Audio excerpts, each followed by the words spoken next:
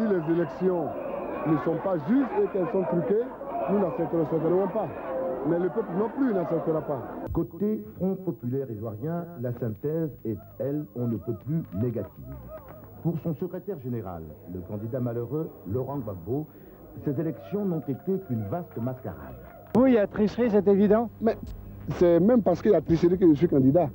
Parce qu'il faut être candidat pour voir. Il y a eu des votes, d'abord par bourrage d'urne, il y a eu des votes par création de bureaux fictifs, il y a eu des votes par déplacement de populations électrices, etc.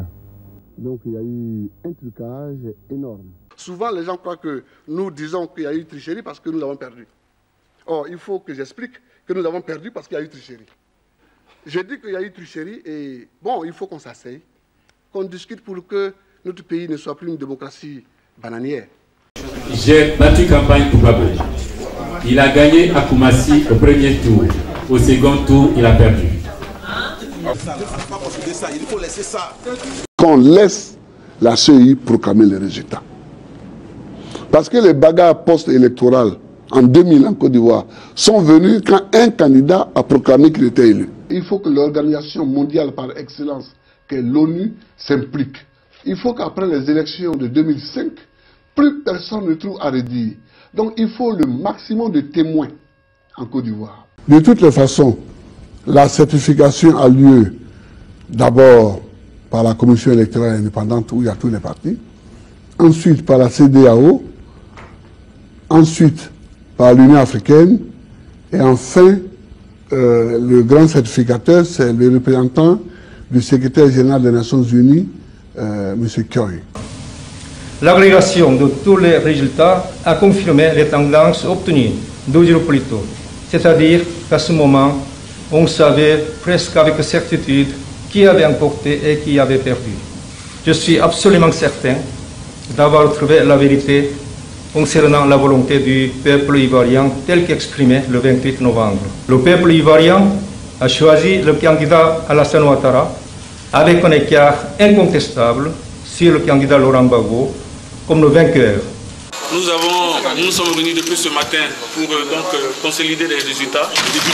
Vous laissez ça là, vous laissez ça là. Maintenant que nous avons pris les pouvoirs du Conseil et de la Commission électorale, nous pouvons éliminer les résultats de Bouaké, Korogo, Katiola, Ferke, etc.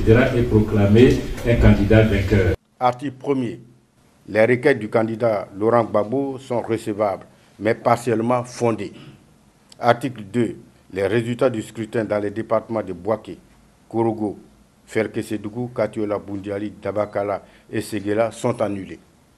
Article 3. M. Gbagbo Laurent est proclamé élu président de la République de Côte d'Ivoire. Pour moi, c'était pas normal. C'était pas normal. Et à partir de ce moment-là, j'ai dit à mes compagnons, les gars, là on est allé trop loin. Nous n'avons pas voulu entendre tous raison. Satan nous a possédés tous.